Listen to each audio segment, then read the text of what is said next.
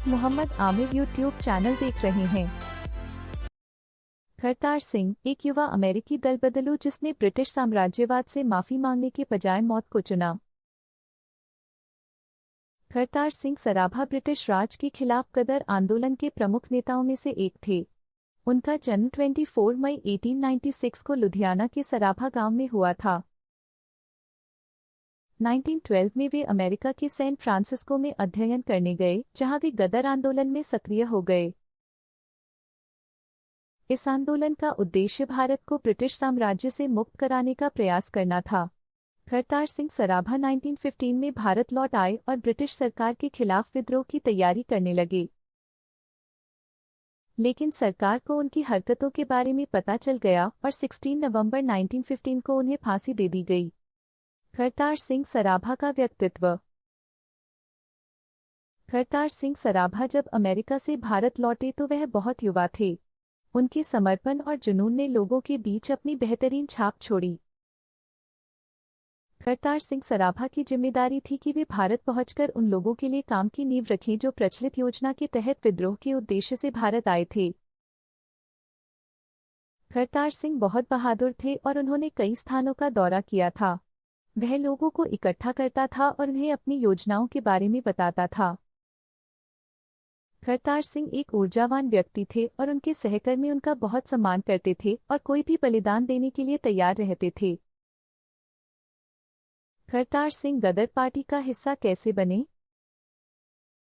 जब अमेरिका में इस पार्टी की स्थापना हुई तो इसके पहले नेताओं में करतार सिंह भी थे। उस युग के एक अन्य क्रांतिकारी नेता लाला हरदयाल ने इस मंडली के लोगों को सराभा के बारे में बताया। यही वह समय था जब गदर पार्टी का गठन हुआ।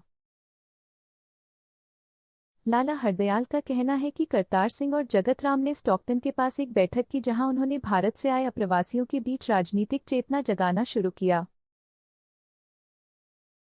लाला हरदयाल को एहसास हुआ कि यह युवक बहुत बहादुर है।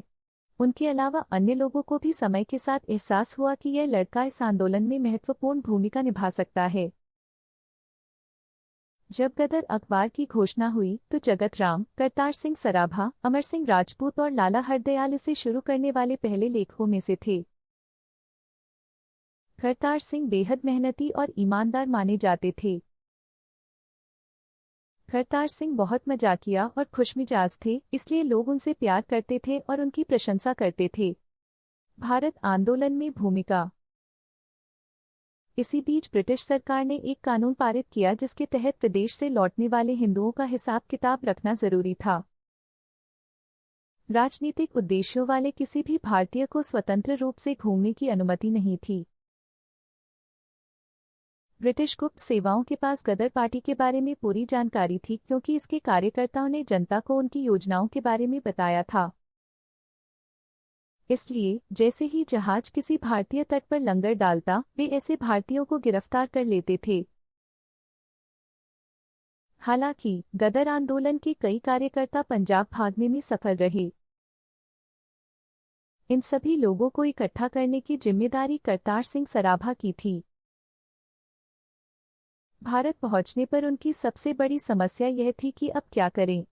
उनके पास लड़ने के लिए ज्यादा पैसे या हथियार नहीं थे। इसके अलावा उनके पास ऐसी कोई सामग्री नहीं थी जिसके माध्यम से वे लोगों को अपने आंदोलन की ओर आकर्षित कर सकें। न ही उनका संगठनात्मक ढांचा अच्छा था। इसलिए सारी प्लानिंग करतार सिंह को करनी पड़ी। बंगाल से समर्थक क्रांतिकारियों तथा पंजाब में रासबिहारी बोस से संपर्क किया गया।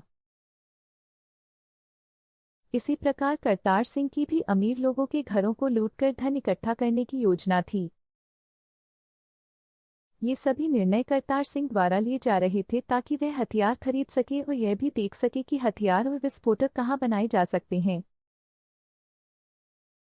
वे सभी जो गदर आंदोलन का हिस्सा थे, सटीक जानकारी और स्रोतों के लिए करतार सिंह पर भरोसा करते थे। सावरकर का प्रभाव। गदर आंदोलन प्रारंभ में विनायक दामोदर सावरकर की पुस्तक जंग-ए-आज़ादी 1857 से प्रेरित था। गदर की सामग्री में 1857 के स्वतंत्रता संग्राम के नायक का नाम शामिल है और लाला हरदयाल इस पुस्तक से बहुत प्रभावित थे। सावरकर अपने समय में एक लोकप्रिय क्रांतिकारी नेता थे जिन्होंने बाद में अपने विचार बदल दिए और हिंदुत्व विद्वान बन गए।